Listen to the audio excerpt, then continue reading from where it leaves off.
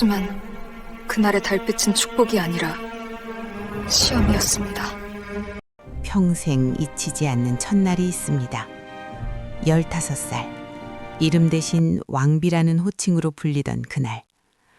그날의 공기는 달콤하면서도 너무나 차가웠습니다. 향기로운 꽃내음 속에서도 어딘가 서늘한 냄새가 감돌았지요. 그것이 내 운명의 시작이었습니다. 그해 봄 집안은 유난히 붐볐습니다. 마당에서는 안악들이 새 이불을 널었고 사랑채에는 낯선 남자들의 목소리가 오갔습니다. 저는 그저 먼 발치에서 그 광경을 지켜봤습니다. 대체 무슨 일일까? 하지만 아무도 제게 설명해 주지 않았습니다. 정숙하게 행동해라, 김씨. 어머니의 눈빛은 평소보다 훨씬 날카로웠습니다.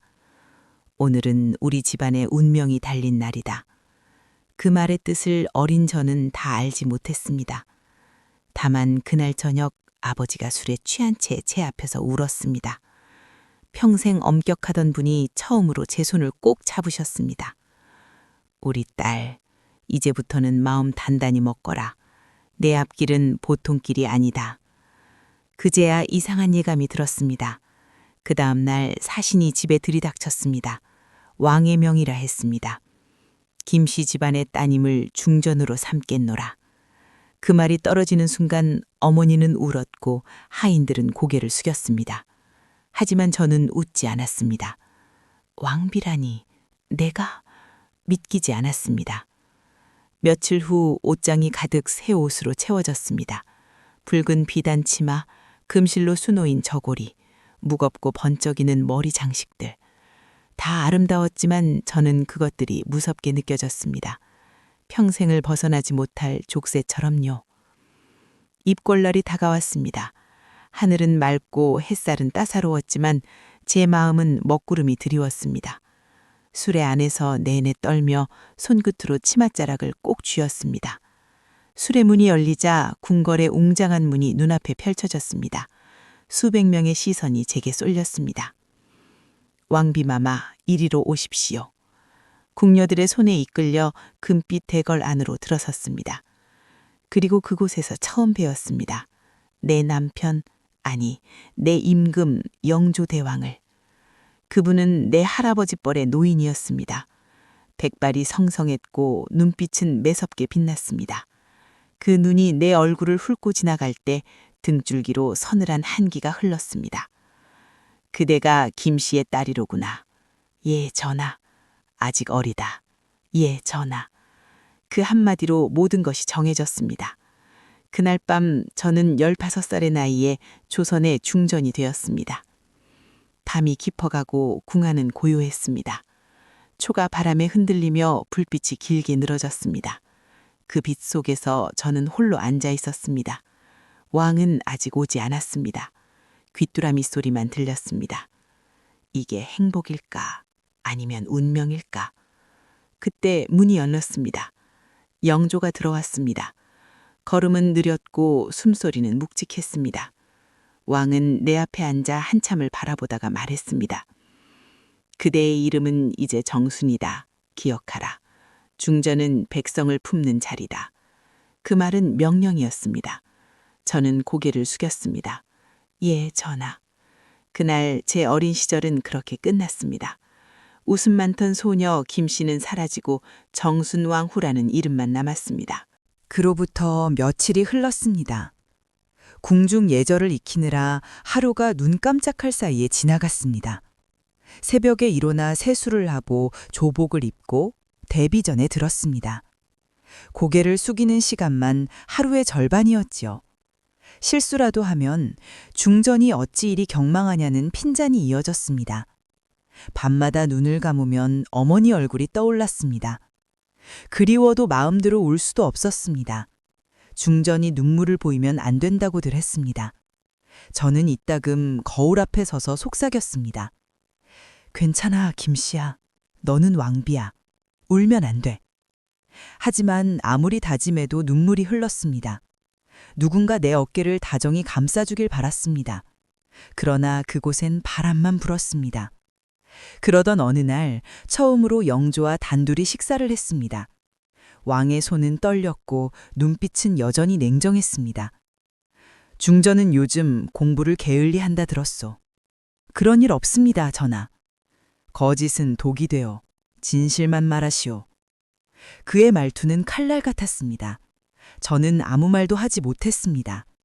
그 침묵이 오히려 왕의 마음을 누그러뜨렸는지 잠시 후 그는 조용히 숟가락을 내려놓으며 말했습니다. 두려운가? 예. 두려워도 좋소. 그 두려움을 품고 살아야 하오. 그래야 그대가 이 나라의 어미가 될 수 있소. 그 말이 무슨 뜻인지 그땐 몰랐습니다. 다만 그 순간 그분의 눈에 스친 고독을 보았습니다. 왕도 결국은 외로운 사람이구나. 그걸 느꼈습니다. 그날 밤 잠이 오지 않았습니다. 창밖 달빛이 푸르게 내려앉은 침전 안에서 제 손은 떨리고 있었습니다. 어쩌면 이곳에서도 살아낼 수 있을까? 그렇게 스스로에게 묻던 순간 문 밖에서 낮은 속삭임이 들렸습니다. 중전마마, 혹시 주무시지 않으셨습니까? 낯선 여인의 목소리였습니다. 문틈으로 얼굴을 내민 건 어린 궁녀 한 명이었지요. 이름은 연화라고 했습니다. 제가 마마의 시중을 들라 하여 왔습니다. 그녀는 나보다 2살 많아 보였습니다. 그 눈빛에는 따뜻함이 있었습니다. 감히 여쭙겠습니다. 마마는 행복하십니까? 뜻밖의 질문이었습니다. 그런 말을 하면 안 된다. 알고 있습니다. 하지만 너무 외로워 보이셔서요. 그녀의 말에 가슴이 저렸습니다. 그날 처음으로 미소를 지었습니다. 네가 내 곁에 있어 주겠느냐? 죽을 때까지요. 그 짧은 대화가 제 운명을 바꾸었습니다. 그날 밤 궁궐의 차가운 공기 속에서 한 줄기 온기가 피어올랐습니다. 달빛이 기와 위리 흘렀습니다. 그리고 나는 속삭였습니다. 그래, 이제 울지 말자. 정순왕으로 살아내야 한다. 그러나 그 다짐이 진정한 시작이자 더 깊은 고통의 문을 여는 주문이 될 줄은 몰랐습니다. 그날 이후 저는 잠을 깊이 이루지 못했습니다. 달빛은 고와도 내 마음은 늘 창가에 걸려 있었지요. 울지 말자. 다짐했지만 눈가가 금방 젖었습니다. 그런데 이상하지요. 눈물을 닦고 나면 마음 한구석에서 아주 조용한 불씨가 깜박였어요. 여기서 살아야 한다. 누군가를 지키며 버텨야 한다. 그 생각이었습니다. 아침 종이 3번 울리고 저는 예법 스승에게 끌려가듯 갔습니다. 엎드리는 시간, 절하는 각도, 말끝의 높낮이, 숨쉬는 길이까지 배웠습니다. 실수하면 대나무로 만든 가는 막대가 손등을 쳤지요. 소리가 날 만큼 세게 치지는 않았지만 그 소리는 제 귀에 오래 남았습니다. 중전의 실수는 나라의 실수다. 스승이 거듭말했습니다. 그 말이 제 어깨를 더 무겁게 눌렀습니다. 연하는 내 곁을 놓지 않았습니다. 새벽에 일어나 머리를 빗겨주며 조용히 속삭였지요. 마마, 오늘은 대비마마께 문안을 드리는 날입니다. 말씀은 짧게, 표정은 부드럽게, 시선은 바닥으로. 저는 고개를 끄덕였습니다. 아직 15이었지만 어린 티를 내면 안 된다는 걸 배웠습니다. 궁궐은 작은 틈도 크게 벌어지는 곳이었으니까요. 데뷔전 앞 복도는 새초롬한 침향 냄새로 가득했습니다. 저는 느리게 걸었습니다. 발소리 하나에도 눈치가 깃들어야 한다고들 했습니다. 문이 열리고 내 나이에 2배는 되어 보이는 상궁들이 도열에 있었습니다. 그들의 시선이 차갑게 제 얼굴을 훑었습니다. 대비는 고요히 앉아 있었고 눈매는 매서웠습니다. 중전, 짧은 부름. 저는 고개를 깊이 숙였습니다. 평안하옵니까, 대비마마. 평안이 어디 쉬운가. 왕실은 늘 근심이 앞선다. 명심하겠나이다. 그때였습니다. 옆에 서 있던 한 상궁이 제 옷고름을 슬쩍 만지더니 낮게 중얼거렸습니다. 고름 매듭이 한치 어긋났습니다. 저는 얼어붙었습니다. 매듭 하나에도 사람들이 웅성거렸지요. 저는 숨을 고르고 말했습니다. 가르침 감사하옵니다. 그리고 다시 매듭을 만졌습니다. 손끝이 떨렸지만 표정은 흔들리지 않도록 애썼습니다. 그 순간 대비의 눈빛이 아주 조금 누그러지는 걸 보았습니다. 그 미세한 변화가 내게는 큰 숨이었습니다. 그날 저녁 연하가 약차를 내왔습니다. 쌉쌀한 향이 코끝을 찔렀습니다. 마마, 낮의 일 너무 마음에 담지 마세요. 나를 시험한 걸까? 예. 하지만 오늘은 무사히 지나가셨습니다. 다음은 더 교묘할 겁니다. 더 교묘하다니? 마매가 말한 적도 없는 말을 하셨다며 사람들 사이에서 소문을 입히겠지요. 마마의 말은 마마의 입 밖으로 나오는 순간 다른 사람의 입에서 다른 모양이 됩니다. 연화의 말이 칼처럼 정확했습니다. 그 어린 궁녀가 어쩌다 이렇게 많은 것을 알게 되었을까요? 저는 그녀가 기특했습니다. 연하야, 너는 내 귀다. 연하가 미소 지었습니다. 그렇다면 마마는 제 마음입니다. 며칠이 더 흘렀습니다. 예법 공부가 끝나면 저는 규장각에서 도서를 빌려 읽었습니다. 글자를 아는 건 제게 숨통이었지요. 역사를 펼치고 임금들의 흥망을 따라가며 깨달았습니다. 자리는 사람이 만드는 게 아니라 자리의 무게가 사람을 바꾼다는 사실을요. 거울 앞에 서서 저는 속삭였습니다. 누가 나를 데려다 놓았든 나는 여기서 나의 이름을 만들어야 해. 영조와의 만남은 드물었지만 중요한 순간마다 있었습니다. 어느 날 상식에 올랐던 생선이 상에 작은 소동이 벌어졌습니다. 대령 숙수가 무릎을 꿇고 벌벌 떨었고 상궁들의 표정은 누군가를 향한 비난으로 바짝 굳었습니다. 몇몇 눈빛이 제게 쏠렸지요. 중전께서 상을 서둘러 올리라 하셨다더이다. 알 수 없는 말이 흘렀습니다. 그 말이 굳으면 제 책임이 됩니다. 저는 자리에서 일어나 고개를 숙였습니다. 전하, 제 잘못이옵니다. 방 안의 공기가 흔들렸습니다. 영조가 차를 내려놓고 저를 보았습니다. 그대의 잘못이라 하였소. 예, 제가 초조했습니다. 제가 서둘렀습니다. 부디 주방의 사람들은 벌을 가볍게 하옵소서. 영조의 눈빛이 호기심으로 흔들렸습니다. 중전이 이런 일을 뒤집어 쓰는구나. 어찌하여? 제 탓으로 여기고 싶었습니다. 그래야 오늘 밤 제가 잠들 수 있을 것 같아서입니다. 한참 침묵 뒤에 왕은 손을 내렸습니다. 주방의 벌을 거두라. 중전은 물러가시오. 방을 나와 복도에서 숨을 몰아쉬었습니다. 연화가 급히 다가왔습니다. 마마, 왜 그런 무리수를 두셨어요? 누구 하나는 나무라지 않아야 오늘이 지나간다. 대신 그 누구에게도 상처가 오래 남지 않게 하고 싶었어. 그럼 마마의 이름이 도마에 올라요. 그래도 괜찮다. 오늘은 내가 받겠다. 그날 밤 영조가 내 침전으로 예고 없이 왔습니다. 밤 공기가 더욱 차가웠습니다.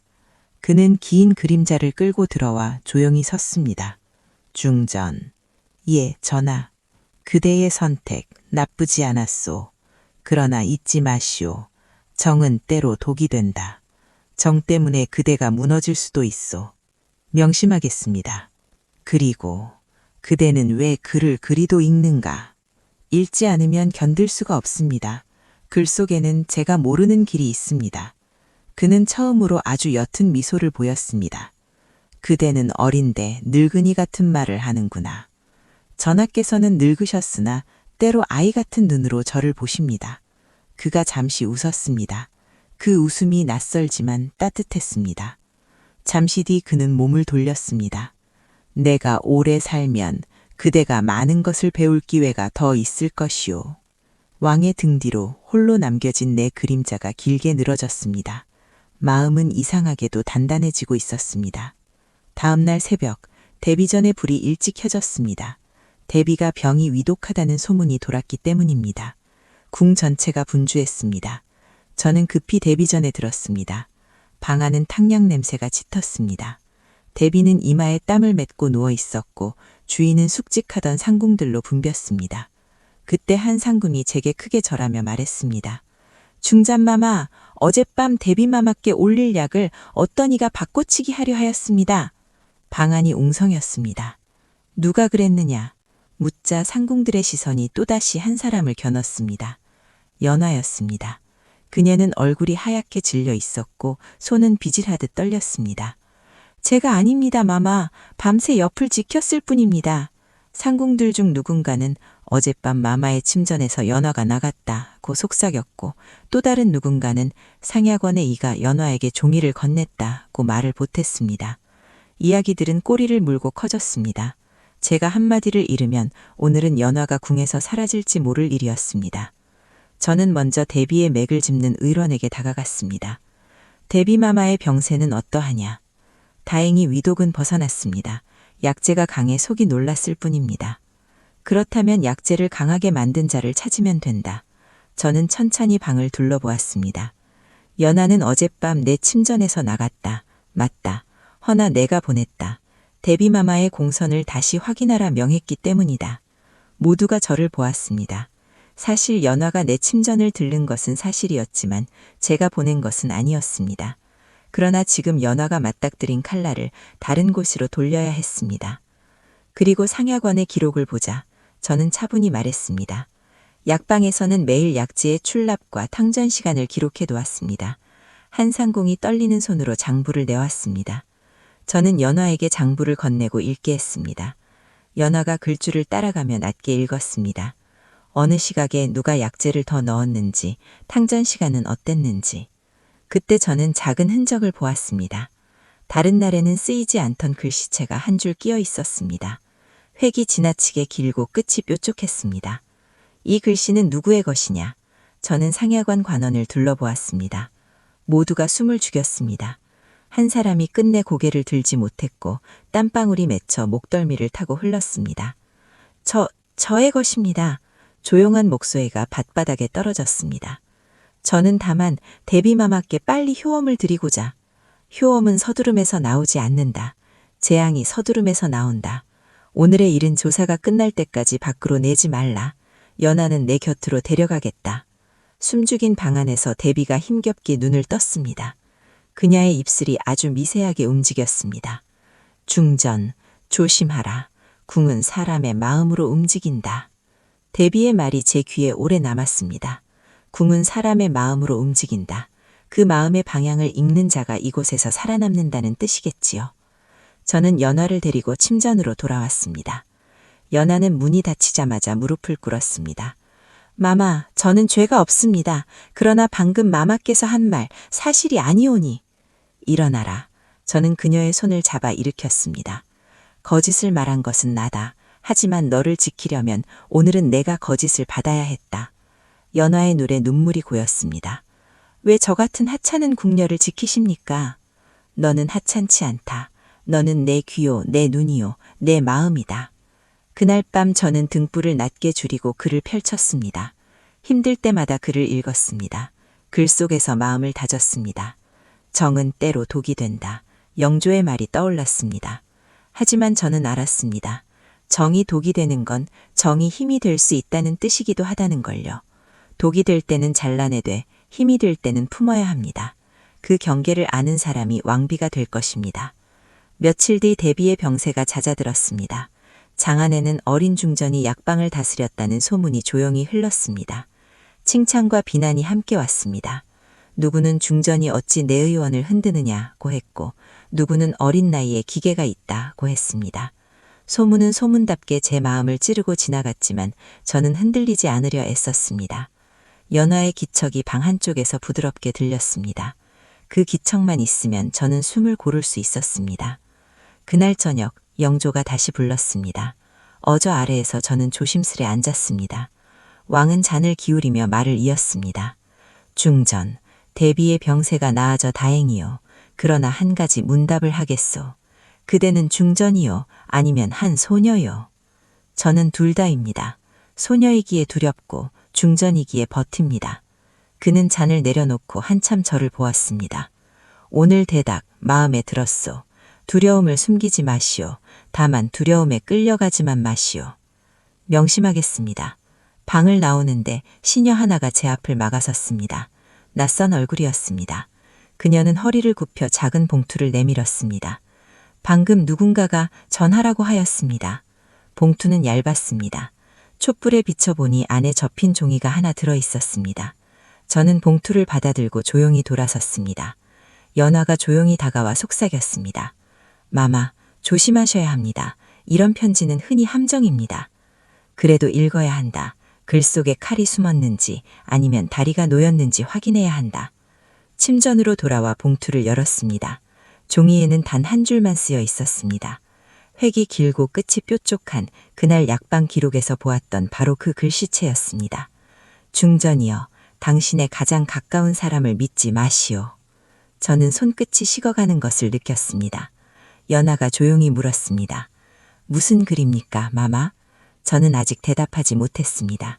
가슴 안쪽에서 미세한 금이 나는 소리가 들리는 듯 했습니다. 가까운 사람, 그 말이 내 마음의 가장 여린 곳을 정확하게 찔렀습니다. 그리고 바로 그때 침전 문 밖에서 발소리가 멈췄습니다. 익숙한 기척이었죠. 아주 잘 아는 걸음이었지요. 문고리가 천천히 돌아가며 낯익은 목소리가 낮게 흘렀습니다. 마마, 제가 잠시 들어가도 되겠습니까? 그 목소리는 연하였습니다. 그러나 평소에 부드럽고 맑은 음색이 아니었습니다. 약간 쉰 듯 낮게 깔려 있었지요. 문이 천천히 열리고 연하가 등불을 들고 들어왔습니다. 얼굴엔 피곤이 깃들었지만 눈빛만은 이상하리만치 토렷했습니다. 마마, 아직 주무시지 않았군요. 그래, 잠이 오질 않는다. 연화는 등불을 내려놓고 주변을 살폈습니다. 이 시간에 방 안에 아무도 들이지 마시옵소서. 오늘 대전에서 낯선 인물이 서성이다 붙잡혔다 하옵니다. 누구냐? 정확히는 모릅니다. 하지만 내의원에서 나왔다는 말이 있습니다. 그녀의 말이 끝나기도 전에 제 시선은 방 한켠에 놓인 편지로 향했습니다. 불빛에 비친 그 글씨. 가장 가까운 사람을 믿지 마시오. 그때 이상하게 연하의 그림자가 길게 흔들리며 내 발끝에 겹쳤습니다. 연하야, 너도 들었느냐? 어떤 자가 붙잡혔다고. 예, 마마. 하지만 금세 사라졌다 하옵니다. 누군가 위에서 손을 썼다 합니다. 위에서. 저는 조용히 중얼거렸습니다. 그렇다면 이 일은 단순치 않겠구나. 연하는 제 눈을 피했습니다. 손끝이 미세하게 떨렸습니다. 그 떨림이 촛불에다 그림자를 일그러뜨렸습니다. 그때였어요. 바깥에서 급히 뛰어오는 발소리가 들렸습니다. 문이 벌컥 열리며 한 궁녀가 헐레벌떡 달려들어왔습니다. 마마, 큰일 났습니다. 무슨 일이냐? 내의원에서 약방 문서를 누군가 훔쳐 달아났습니다. 그 순간 방 안의 공기가 얼었습니다. 연화가 천천히 고개를 돌려 그 궁녀를 보았습니다. 제 심장은 급히 뛰기 시작했지요. 저는 냉정하게 물었습니다. 그 문서에는 무엇이 적혀 있었느냐? 대비마마 약재일지와 중전마마의 인장이 찍힌 봉서가 함께 있었다 하옵니다. 제 인장이라니 등골이 서늘해졌습니다. 누군가가 제 손을 빌려 무언가를 꾸미고 있다는 뜻이었습니다. 저는 입술을 깨물었습니다. 그 문서를 찾지 못하면 오늘 밤이 내 마지막이 될 수도 있겠구나. 연화가 그 말을 듣자 잠시 머뭇거리더니 조용히 한 걸음 앞으로 나왔습니다. 마마, 제가 찾아보겠습니다. 너 혼자서? 예, 제게 맡기시옵소서. 누가 꾸민 일인지 반드시 밝혀내겠습니다.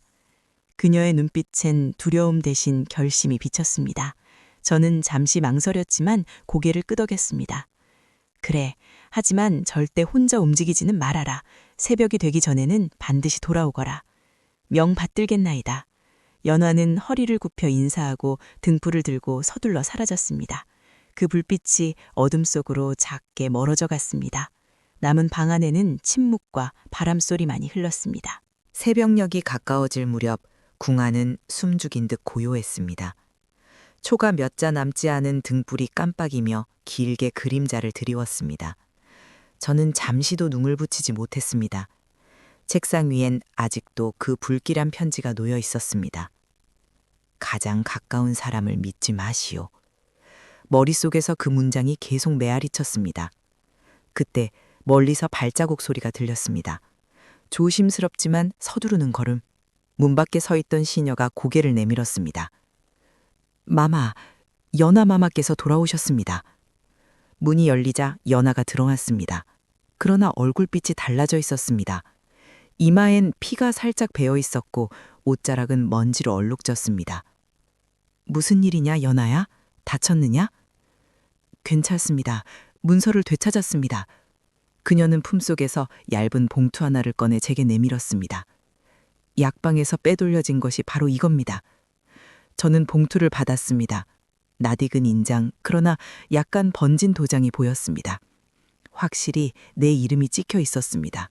하지만 눌러 찍은 자국의 손길이 내 것과 달랐습니다. 누가 한 일인지 알겠느냐? 그건 연아가 잠시 고개를 숙였습니다. 그건 상궁 최 씨가 시켰습니다. 대신 직접 손을 대진 않았습니다. 뒤에 누군가 더 있습니다. 누군가라니? 아직은 확실치 않습니다. 하지만 그 사람이 대비전 쪽 사람일지도 모릅니다. 그 말을 듣는 순간 숨이 막혔습니다. 대비가 아프다던 소식, 그리고 그 병세를 둘러싼 소문들, 모든 조각이 한데 맞춰지기 시작했습니다. 그렇다면 이번 일의 목적은 연아가 고개를 들었습니다. 마마를 몰아내려는 것입니다. 그녀의 말은 얼음처럼 차가웠습니다. 저는 손끝을 세게 쥐었습니다. 나를 몰아내면 그 다음은 왕이다. 조정의 권력은 혼란에 빠지겠지. 그렇다면 이건 단순한 질투가 아니라 반역이구나. 그 순간 밖에서 누군가 급히 달려와 문을 두드렸습니다. 마마! 전하께서 부르십니다. 당장 대전으로 오라 하십니다. 제 심장이 쿵 하고 떨어졌습니다. 새벽 공기 속에서 왕의 부름이라니 무언가 이미 움직이고 있는 게 분명했습니다. 저는 차분히 옷고름을 여미며 말했습니다. 연아야, 이 봉투는 네가 간직하라. 오늘 이 일의 진실이 밝혀질 때까지 누구에게도 보여서는 안 된다. 마마, 그러다 위험하십니다. 괜찮다. 왕의 눈을 봐야 한다. 그 눈이 진실을 감추고 있는지 아니면 나를 시험하는지 알아야 한다. 연아는 눈물을 머금고 고개를 숙였습니다. 저는 등을 돌려 문을 향했습니다. 북도 끝 새벽빛이 은빛으로 번지고 있었습니다. 그 길을 따라 천천히 걸었습니다. 발밑에 대리석이 차갑게 식어 있었고 궁의 숨소리마저 얼어붙은 듯했습니다. 대전 앞에 이르렀을 때 문이 열리며 왕의 목소리가 들려왔습니다. 중전 들어오시오. 그 목소리는 낮고 묵직했습니다. 그 안엔 미묘한 감정이 섞여 있었습니다. 분노인지 실망인지 아니면 슬픔인지. 저는 문턱을 넘으며 생각했습니다. 이 순간을 견디면 나는 진짜 왕비가 될 것이다. 그리고 고개를 들었을 때 왕의 손에는 낯익은 봉투 하나가 들려 있었습니다. 바로 연아가 내게 돌려준 그것과 똑같은 봉투였습니다. 영조의 손끝이 미세하게 떨리고 있었습니다. 봉투의 모서리가 촛불빛에 번쩍이었지요. 그분은 천천히 말을 이었습니다. 중전, 이 봉투를 보시오. 여기에 찍힌 인장이 누구의 것이오? 신첩의 것입니다. 그대의 손으로 찍은 것이오? 아니옵니다. 제 손이 아닙니다. 하지만 분명 제 인장이 맞습니다. 영조는 잠시 눈을 감았다가 깊은 숨을 내쉬었습니다. 거짓은 금으로도 덮지 못하오. 이 봉투 속에는 대비의 약제 명세가 적혀 있소. 그런데 이상한 점이 있지. 그는 봉투를 펼쳤습니다. 그 안에는 단 3줄의 문장이 적혀 있었습니다. 당전은 독을 빼지 말고 효험을 높이라. 명은 중전으로부터 내려왔다. 그 문장이 낭독되는 순간 대전의 공기가 무겁게 가라앉았습니다. 저는 서늘한 땀을 느꼈습니다. 전하, 그 문장은 거짓입니다. 저는 그런 명을 내린 적이 없습니다. 그대의 인장이 있소. 전하, 인장은 조작될 수 있습니다. 신첩의 손이 아닙니다. 영조의 눈빛이 번뜩였습니다. 궁 안에서 인장을 위조한다. 감히 누가? 아직은 모릅니다. 하지만 그자는 제 얼굴을 닮은 거짓을 만들고 있습니다. 왕은 자리에서 일어나 제 앞까지 걸어왔습니다. 가까이서 본 영조의 얼굴은 병색이 짙었습니다. 그러나 그 눈동자만은 여전히 칼처럼 예리했습니다. 중전, 나는 평생 사람을 믿지 않았소. 그러나 그대만큼은 믿고자 했소. 그런데 오늘 이런 봉투가 내 앞에 떨어졌다. 전하, 그 믿음을 저버리지 않겠습니다. 그대는 그 말을 증명해야 하오. 지금 당장 이 일의 진실을 밝혀오시오. 그렇지 않으면 이 궁에서 그대는 다시 자리를 얻지 못할 것이오. 그 말은 곧 사형보다 무거운 선고였습니다. 저는 무릎을 꿇고 고개를 숙였습니다. 명 받들겠나이다. 대전을 나와 복도로 나오자 새벽이 완전히 밝아오고 있었습니다. 하늘은 옅은 회색, 공기는 아직 차가웠습니다. 연아가 기둥 뒤에서 기다리고 있었습니다. 마마, 전하께서 뭐라 하셨습니까? 나더러 진실을 증명하라 하셨다. 그렇지 않으면 모든 죄가 내 몫이 된다. 그럼 이제 어찌하시렵니까? 우선 이 인장을 만든 자를 찾아야 한다. 내 손을 흉내낼 수 있는 이는 내 주변 사람뿐이니까. 연아가 움찔했습니다. 그 표정이 잠시 흔들렸습니다. 왜 그러느냐? 아닙니다. 다만 며칠 전 인장함을 정리하던 날이 있었습니다. 그때 제가 잠시 밖으로 나간 사이 누군가 방 안에 다녀간 것 같습니다. 누군가라니? 확실하지 않습니다. 그림자만 봤습니다. 검은 옷이었고 발자국 소리가 이상하게 무거웠습니다. 저는 서둘러 내 침전으로 향했습니다. 인장함을 꺼내들었습니다.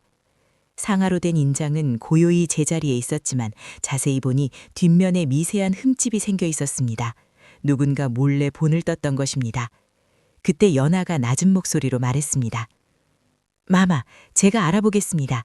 어젯밤에 약방 쪽 창고 근처에서 상궁 薛 씨란 누군가를 만나던 걸 보았습니다. 그 여인 전에 나를 궁에서 몰아내려 한 적이 있지. 예, 그녀의 뒤엔 데뷔전의 환관 500수가 있습니다. 저는 깊은 숨을 내쉬었습니다. 그렇다면 다음은 데뷔전이다. 오전이 되어 데뷔전으로 향했습니다. 긴 복도에는 은은한 약향이 가득했습니다. 병석에 누운 대비는 창가에 기대 앉아 있었습니다. 그 옆에 최상궁이 고개를 숙인 채 서 있었습니다. 중전이 왔느냐? 대비의 목소리는 여전히 힘이 있었습니다. 예, 마마. 병세는 어떠하십니까? 네 덕분에 이제 숨은 붙어 있지. 그 말씀이 무슨 뜻입니까? 이 궁에서는 모든 것이 뒤집혀 있지. 누가 살리고 누가 죽이는가. 결국 왕의 귀에 먼저 들어간 자가 옳은 자가 되지. 대비의 눈빛이 번뜩했습니다. 저는 그 눈 속에서 무언가 감추어진 것을 느꼈습니다. 그때 옆에 서 있던 최상궁이 고개를 들며 말했습니다. 중전마마, 전하께서 이미 모든 것을 아셨습니다. 인장에 관한 일도 약재에 관한 일도 마마께서 이제 변명하셔도 늦었습니다. 늦었다니 그 말은 너무 서두르는군. 사람들이 이미 알고 있습니다. 대비마마의 병세를 악화시킨 명이 중전께 내려왔다는 것을. 그녀의 말은 마치 칼날 같았습니다. 저는 한 걸음 앞으로 나섰습니다. 그대의 말 전하께서 들으시면 좋겠구나. 전하께서는 지금 이미 진노 중이십니다. 바로 그때 대비가 기침을 하며 손을 들었습니다. 최상궁, 그 입을 다물거라. 하지만 마마, 다물라 했다. 방안이 조용해졌습니다. 대비의 얼굴이 창백하게 질렸습니다. 그녀는 한참 저를 바라보다가 낮게 중얼거렸습니다. 이 아이는 나와 다르다. 어찌 이렇게도 어리건만 눈빛이 두렵도록 고요하냐. 그 말이 끝나자 대비는 손끝으로 제 손을 잡았습니다. 중전, 궁이란 이 한마디로 이루어지느니라. 믿음과 배신, 그 사이에서 숨을 고르는 자가 살아남는다. 그 손이 식어갔습니다. 대비의 눈이 천천히 감겼습니다. 방 안의 모든 시선이 내게 쏠렸습니다. 마마! 대비마마께서! 상궁들의 비명이 터졌습니다. 저는 손끝에 남은 대비의 체온을 느끼며 천천히 일어섰습니다. 누군가가 이 타이밍을 노렸다. 그 생각이 번개처럼 스쳤습니다. 바로 그때 문이 열리고 대전의 환관들이 들이닥쳤습니다. 중전마마, 전하께서 다시 명을 내리셨습니다. 무슨 명이냐? 대비마마의 병사와 관련하여 중전마마를 금강전으로 옮기라 하셨습니다. 금강전, 왕비가 아닌 죄인이 머무는 별전이었습니다. 연화가 울먹이며 다가왔습니다. 마마, 이제 어찌합니까? 울지 마라. 아직 끝난 게 아니다. 오히려 이제 시작이다. 저는 대비의 손을 마지막으로 감싸주었습니다. 마마, 당신의 말 잊지 않겠습니다. 믿음과 배신 사이에서 숨을 고르는 법, 제가 배워야 할 때가 왔습니다. 금강전으로 향하는 길 바람이 거세게 불었습니다. 머리 장식이 흔들렸지만 저는 고개를 들었습니다. 왕의 마음에 무엇이 남아있는지 이제 직접 봐야 할 때다. 그러나 금강전의 문이 닫히는 순간 복도 끝에서 누군가의 낮은 속삭임이 들렸습니다. 중전마마, 그 편지 제가 다시 돌려놓았습니다. 그 목소리의 주인은 연화였습니다. 그러나 그 말투 속에는 알 수 없는 낯선 기운이 스며들어 있었습니다. 금강전의 문이 닫히는 소리가 궁 전체에 울렸습니다. 그 묵직한 울림이 마치 내 심장을 감싸주는 쇠사슬 같았습니다. 차가운 공기, 싸늘한 바닥, 그리고 검은 벽에 걸린 촛불 한 자루. 그 불빛이 유난히 흔들렸습니다. 저는 천천히 숨을 고르며 방 안을 둘러보았습니다. 왕비가 머물던 침전과는 딴 세상이었습니다. 화려한 장식 하나 없었고 창살 사이로 새어들어오는 달빛만이 벽에 긴 그림자를 드리웠습니다. 이제 진짜 혼자가 되었구나. 그 말이 입 밖으로 나왔습니다. 그리고 이상하게 그 말이 내 안에서 오히려 힘이 되었습니다. 잠시 후 문 밖에서 발소리가 들렸습니다. 규칙적인 궁궐 보초의 발소리가 아니라 조심스레 다가오는 가벼운 걸음이었습니다. 마마, 제가 들어가도 되겠습니까? 그 목소리, 연하였습니다. 문이 열리고 그녀가 들어왔습니다. 등불을 든 손이 미세하게 떨리고 있었고 눈가에는 짙은 피로가 배어 있었습니다. 밤이 깊었습니다. 여길 들락거리면 위험하다 했지 않느냐. 죄송합니다. 하지만 꼭 드려야 할 말이 있습니다. 무슨 말이냐? 연하는 천천히 고개를 들었습니다. 그 눈빛은 어딘가 달라져 있었습니다. 전하께서 중전마마를 내치신 이유, 단지 대비마마의 병사 때문이 아닙니다. 그럼? 전하께선 마마를 시험하고 계십니다. 그녀의 말에 저는 눈을 좁혔습니다. 시험이라니? 전하께서는 이미 진실을 아십니다. 봉투의 글, 인장의 조작 모두 아셨습니다. 하지만 그걸 드러내지 않은 이유는 마마의 마음을 보고 싶으셨기 때문입니다. 숨이 막혔습니다. 왕의 마음을 본다는 것이 무슨 뜻이냐? 전하께선 오랜 세월 권력 속에서 사랑을 믿지 못하셨습니다.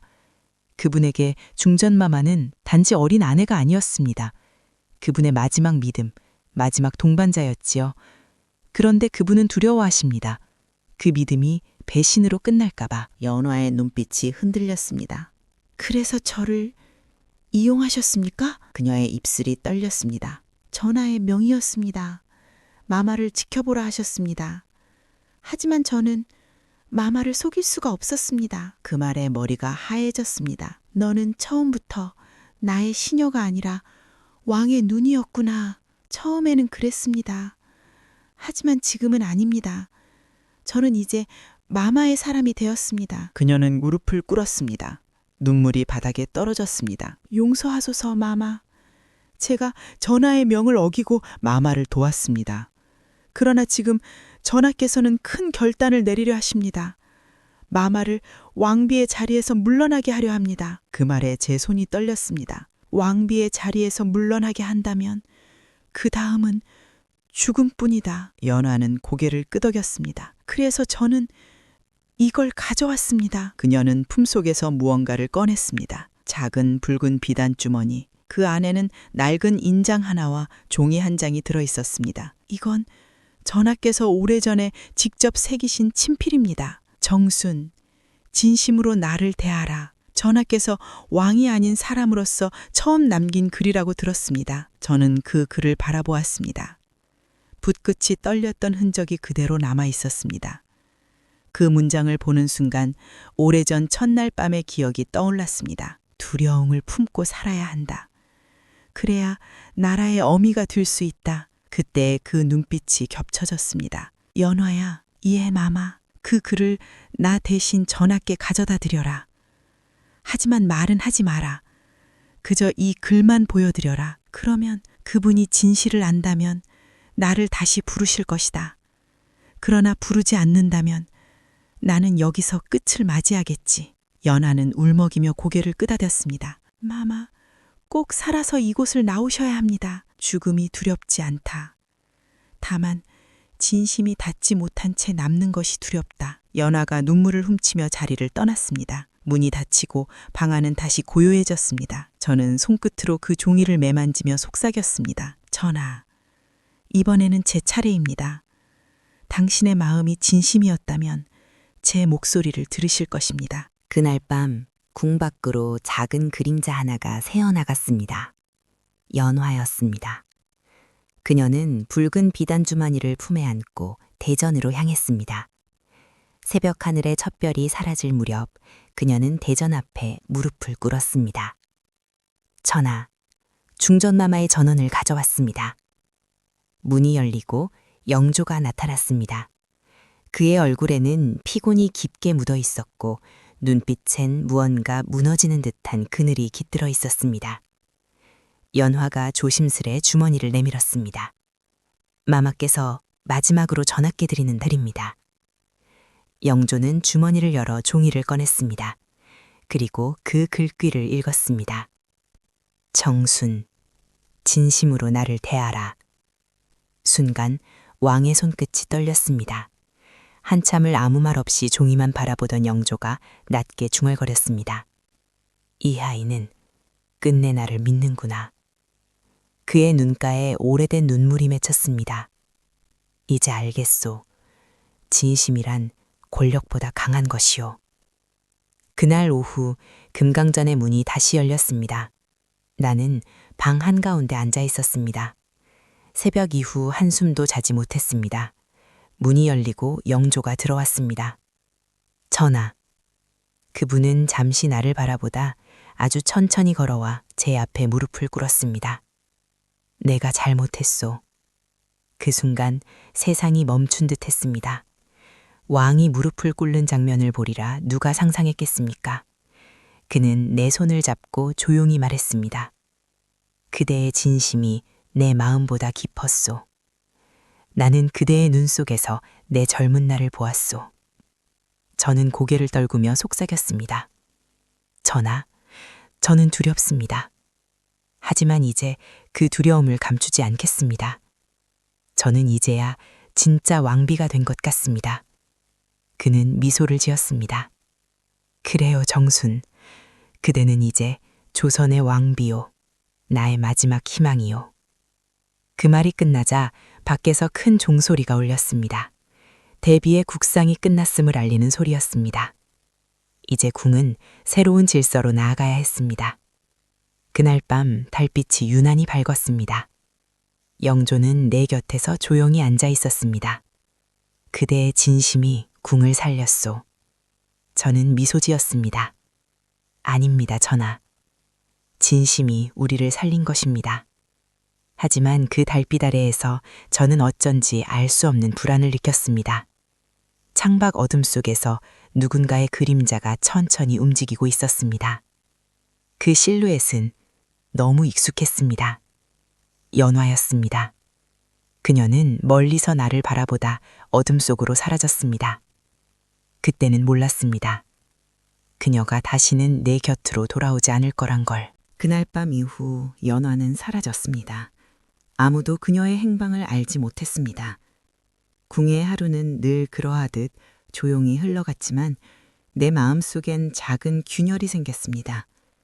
연화가 없다는 사실 하나가 궁궐의 모든 벽을 낯설게 만들었습니다. 며칠이 지나도 그녀의 흔적은 찾을 수 없었습니다. 내의원, 장고, 심지어 후원까지 샅샅이 뒤졌지만 아무도 그녀를 본 이가 없었습니다. 마치 처음부터 존재하지 않았던 사람처럼. 그러던 어느 날 왕이 내 침전을 찾았습니다. 영조의 얼굴에는 짙은 그림자가 드리워져 있었습니다. 정순, 예, 전하. 그 아이, 연화 말이오. 찾았소. 순간 심장이 쿵 하고 내려앉았습니다. 어디에 있습니까? 창덕궁 뒤 연못가에서 발견되었소. 그 한마디가 공기처럼 가벼웠지만 내 안에서는 천둥처럼 울렸습니다. 전하, 그게 무슨 말씀이십니까? 설마... 그는 눈을 감았습니다. 이미 숨이 끊어졌소. 세상이 멈춘 듯 했습니다. 달빛이 창문을 타고 들어와 내 얼굴 위로 흘러내렸습니다. 손끝이 떨렸고 아무 말도 할 수 없었습니다. 천하, 누가 그런 일을... 확실하진 않소. 다만 그 아이의 손에 이상한 것이 쥐어져 있었소. 그는 품에서 조심스럽게 작은 종이 한 장을 꺼냈습니다. 피로 얼룩진 그 종이에는 단 3글자만 쓰여 있었습니다. 진심은 독이다. 나는 그 글을 보는 순간 숨이 막혔습니다. 연화가 마지막으로 남긴 말이었습니다. 전하, 이 글을 본다면 그 아이는 두려움 속에서 떠난 것이 아닙니다. 누군가가 강제로... 가능성은 많소. 그러나 중전, 이 일은 더 이상 세상에 알려져선 안 돼요. 어찌 그리 말씀하십니까? 연하는 저를 위해 죽었습니다.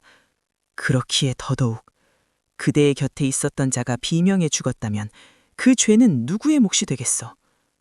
그의 말에 아무 대답도 할 수 없었습니다. 권력의 이면, 진심조차 감춰야 하는 세상, 나는 그날 밤 처음으로 깨달았습니다.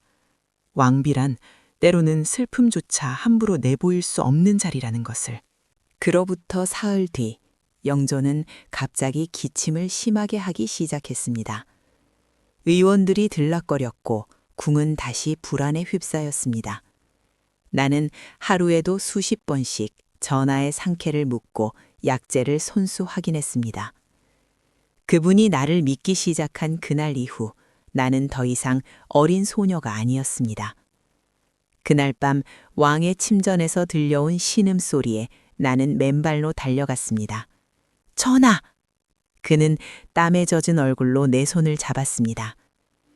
정순, 이제 시간이 많지 않소. 그런 말씀 마옵소서. 의원들이 곧... 의원 따위로는 못 막소. 내 나이 60을 훌쩍 넘었소. 사람의 생명이란 결국 바람 한 줄기 같소. 그분의 손이 내 손을 꼭 쥐었습니다. 정순, 내가 떠나면 세상은 혼란해질 것이오. 정조가 어린 나이에 와위를 잇게 될 테니 전하, 제가 그 아이를 지키겠습니다. 그래 주시오. 그대는 냉철하되 따뜻해야 하오. 권력을 쥐되 그것에 삼켜지지 마시오. 그 말이 내 가슴 깊숙이 새겨졌습니다. 전하, 연화의 죽음은... 그는 고개를 저었습니다. 그 아이는 진심을 가졌던 자요. 그러나 진심이란 때로 사람을 망치는 독이 되오. 나는 그걸 너무 늦게 알았소. 그 말과 함께 왕의 손이 서서히 식어갔습니다. 나는 울지도 못했습니다. 궁의 끝자락에서 한 시대가 그렇게 끝나가고 있었습니다. 며칠 후 조정의 비보가 퍼졌습니다.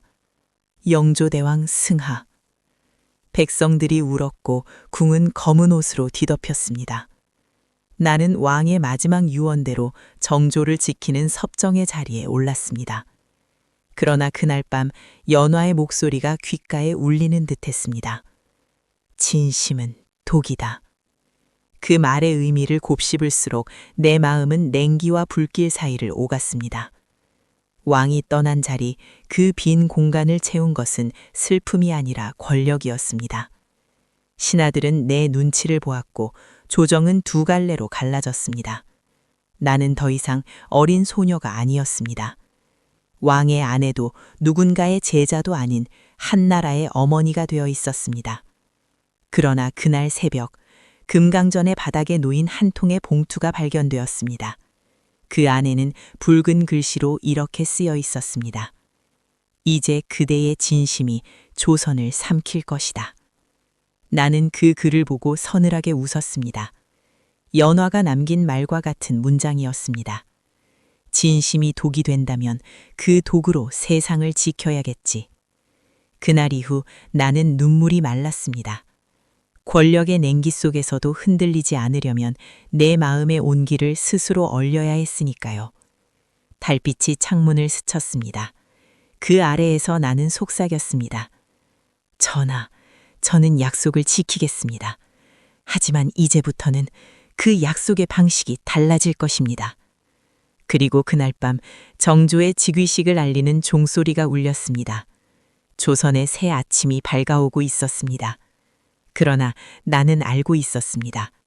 그 새벽의 빛이 더 깊은 어둠을 불러올 것임을. 그 새벽의 종소리는 마치 세상의 모든 슬픔을 깨우는 소리 같았습니다. 영조가 떠난 뒤 조정은 겉보기엔 차분했으나 속으로는 이미 들끓고 있었습니다. 정조의 주기는 곧 새로운 권력의 재편을 의미했기 때문입니다. 나는 왕위 계승식이 끝난 직후 대비로서의 자리에 앉았습니다. 아직 20에 불과한 나이였지만 궁의 모든 시선이 내 손끝 하나에 달려 있었습니다. 대비마마, 오늘 회의에는 어떤 분을 먼저 부르시겠습니까? 영의정을 부르시오. 그리고 병조 판사도 함께 드리라. 그때부터였습니다. 사람들이 나를 어린 대비가 아닌 섭정의 주인이라 부르기 시작한 것이. 하루에도 수십 번씩 상소가 올라왔습니다. 누구는 새 임금의 교육을 강화해야 한다 했고, 누구는 대신들의 권한을 줄이라 했습니다. 모두 그럴듯한 말이었지만 그 안에는 자신들의 욕심이 숨어 있었습니다. 나는 그들을 가만히 바라보았습니다. 모든 것은 국본의 뜻에 따르겠어. 그 한마디로 끝냈지만 속으로는 이미 술을 두고 있었습니다. 밤이면 연회의 등불이 꺼진 궁 안에서 홀로 앉아 있었습니다. 달빛이 내 앞에 쏟아지고 그 빛 속에서 옛 기억들이 흘러갔습니다. 15의 나이로 궁에 들어왔던 그날, 두려움에 떨던 그 소녀는 이제 없었습니다. 연화의 목소리가 가끔 귓가에 올렸습니다. 진심은 독이다. 그 말이 이제는 이상하게 위로처럼 들렸습니다. 그래, 연화야. 독이라면 독으로 세상을 지켜야겠지. 내가 마신 이 독으로 조선을 살리겠다. 하지만 정조는 달랐습니다. 그의 눈빛은 맑고 마음은 깊었습니다. 그는 어린 나이에도 이미 왕의 품격을 지니고 있었습니다. 할머니, 조선은 더 이상 두려움으로 지킬 수 없습니다. 두려움이 아니라 질서로 지키는 것이다. 질서는 사랑에서 나옵니다. 사람을 믿는 법을 배워야 합니다. 그의 말은 따뜻했지만 내게는 너무 위험했습니다. 나는 이미 너무 많은 배신을 보아왔고 너무 많은 피를 보았습니다. 정조, 세상을 바꾸려면 우선 살아남아야 한다. 살아남기 위해선 때로 냉정해야 한다. 냉정은 필요합니다. 하지만 그것이 모든 답은 아닙니다. 그의 눈빛 속엔 영조의 젊은 날이 비치듯 반짝였습니다. 나는 그 눈을 외면할 수 없었습니다. 그날 밤 나는 오래도록 잠을 이루지 못했습니다. 영조의 마지막 유언이 다시 떠올랐습니다. 정순, 냉철하되 따뜻해야 하오. 하지만 나는 이미 냉철함 속에 갇혀 있었습니다. 몇 달 후 조정에는 다시 소란이 일었습니다. 정조의 개혁 정책에 반발한 대신들이 줄줄이 모반 혐의로 잡혀들었습니다. 그들의 입에서는 내 이름이 흘러나왔습니다. 모든 것은 대비의 뜻이었다. 나는 그 말에 아무 표정도 짓지 않았습니다. 진실이 무엇인지는 중요하지 않았습니다. 권력의 자리에서는 보이는 진실만이 힘이 되었으니까요. 정조는 나를 찾아왔습니다. 할머니, 왜 그러십니까? 제가 믿었던 분이 왜 이리 변하셨습니까? 변한 건 내가 아니라 세상이다. 왕이란 자리는 믿음으로만 지탱되지 않는다. 그래도 믿음 없이는 나라도 없습니다. 그의 목소리는 떨리고 있었습니다. 나는 그때 처음으로 깨달았습니다. 그가 영조와는 다른 왕이 될 사람이라는 걸. 그날 밤 창문을 열자 차가운 바람이 스쳤습니다. 하늘엔 별 하나가 유난히 밝게 빛나고 있었습니다. 그 별빛 차례에서 나는 속삭였습니다. 전하, 당신의 손자가 당신보다 더 강한 사람입니다. 나는 이제 그 아이의 길을 막지 않겠습니다. 그로부터 며칠 뒤 나는 조정의 모든 권한을 내려놓았습니다. 대신들은 놀랐고 백성들은 수군거렸습니다. 정순 대비가 변했다. 마음이 누그러진 게지. 아니었습니다. 나는 단지 내 손으로 세운 벽을 스스로 허물기로 했을 뿐입니다. 마지막으로 정조를 불러 말했습니다. 이제 모든 걸 네 손에 맡기마. 하지만 한 가지만 기억해라. 왕은 혼자 서야 한다. 그가 고개를 숙이며 답했습니다. 혼자 서되 백성과 함께 걷겠습니다. 나는 미소를 지었습니다. 그래, 그게 네 길이겠구나. 그날 이후로 나는 다시 궁의 가장 조용한 곳으로 물러났습니다. 아무도 찾지 않는 뜰, 연화가 마지막으로 걸었던 그 연못가였습니다. 달빛이 물결 위에 부서지고 있었습니다. 연화야, 나는 이제 알겠구나. 진심은 독이기도 하지만 또 다른 생명이기도 하다는 걸. 그날 밤 나는 오랜만에 눈을 감았습니다. 꿈속에서 누군가 내 이름을 불렀습니다. 영조의 목소리였습니다. 정순, 잘 견뎠소. 이제 쉬시오. 나는 미소를 지으며 대답했습니다. 전하, 이제야 마음이 조금 편해졌습니다. 그렇게 내 이야기는 고요히 끝났습니다. 궁의 달빛은 여전히 흘렀고 조선의 밤은 길고 깊었습니다. 밤은 길었습니다. 바람이 처마 끝을 스치고 연못 위에 달빛이 고요히 내려앉았습니다. 그 빛이 내 손등을 덮자 마치 옛날에 내가 돌아온 듯 했습니다. 15살, 아직 세상의 차가움을 모를 때. 그때의 나는 그저 꿈만 턴 소녀였습니다. 이제 70을 바라보는 나이.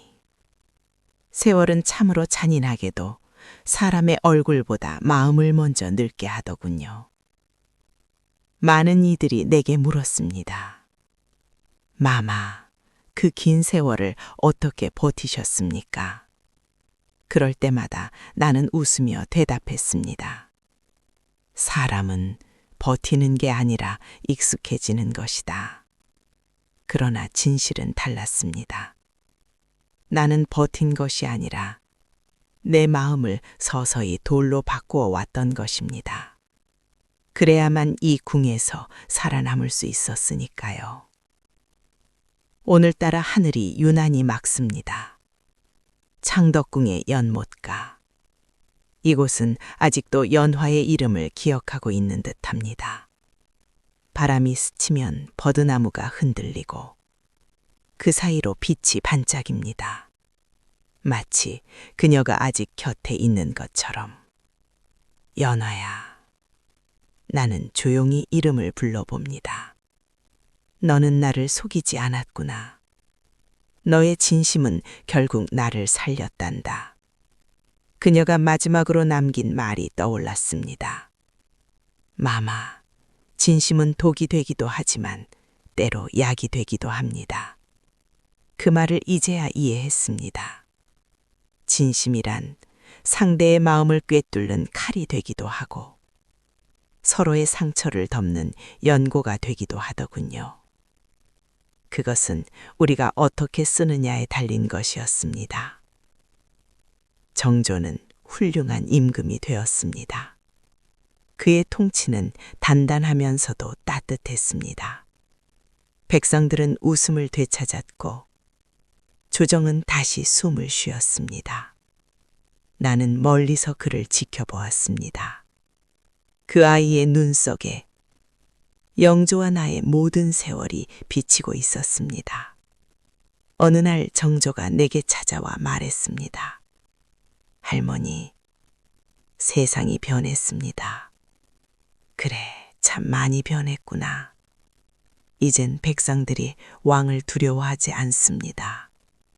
두려움이 사라졌다면 이제 나라가 숨을 쉬겠지.